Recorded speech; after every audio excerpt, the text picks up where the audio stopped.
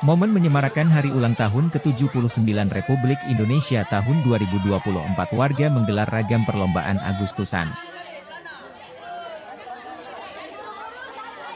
Salah satu lomba yang banyak digelar adalah Lomba Panjat Pinang.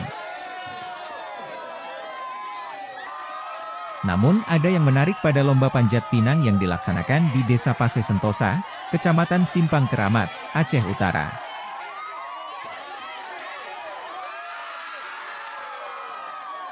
Hingga menjelang maghrib tim yang mengikuti lomba tak kunjung berhasil sampai puncak pohon pinang.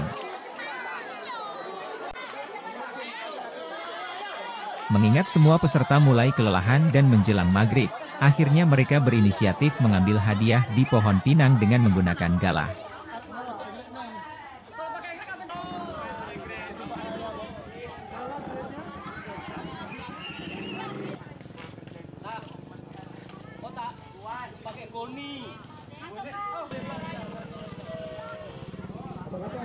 Karena waktunya udah mendekati maghrib, ya mungkin persetujuan mereka lah, makanya dipakai apa? Galah, pakai genser. Di Desa Pase Sentosa, dalam rangka memeriahkan kemerdekaan Republik Indonesia, pihak desa menyelenggarakan berbagai macam perlombaan mulai dari lomba anak-anak hingga dewasa. Tim Liputan Aceh Video.